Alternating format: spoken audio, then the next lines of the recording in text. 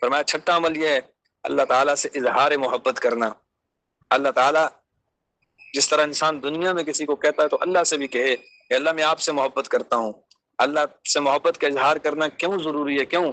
اس لیے کہ جو شخص دنیا میں اللہ سے محبت کی کوشش کرے گا، اللہ تعالیٰ سے دوستی لگانے کی کوشش کرے گا، قیامت کے دن اللہ کے دشمنوں کی قطار میں کبھی کھڑا نہیں کیا جائے گا۔ یہ کیسے ہو سکتا ہے کہ بندہ اللہ کی محبت کے لیے کوشش کر رہا ہو، عمل کر رہا ہو، زندگی گزار رہا ہو، اللہ اس کو قیامت کے دن اپنے دشمنوں کی قطار میں کھڑا کر دیں؟ یہ کبھی بھی نہیں ہو سکتا۔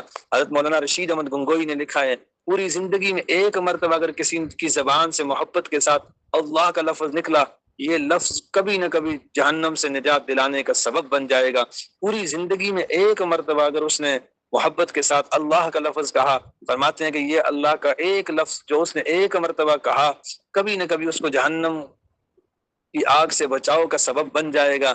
اللہ رب العزت سے محبت کا اظہار کرنا چاہیے، نمازیں پڑھیں اور روزے رکھیں، تلاوت کریں، نیکی کریں، جیسے اللہ والے بنتے ہیں ہمیں ایسا طرز زندگی اختیار کرنا چاہیے، فسق و فجور سے پرہیز کرنا چاہیے، گناہوں سے پرہیز کرنا چاہیے، تو یقیناً آخری وقت میں اللہ رب العزت کی طرف سے رحمت ہوگی۔ یہ کیسے ہو سکتا ہے کہ ایک بندہ نیکی پر زندگی گزارے اور آخرت کے وقت آخری وقت میں کلمے سے محروم کر دیا جائے؟ یہ ہو ہی نہیں سکتا۔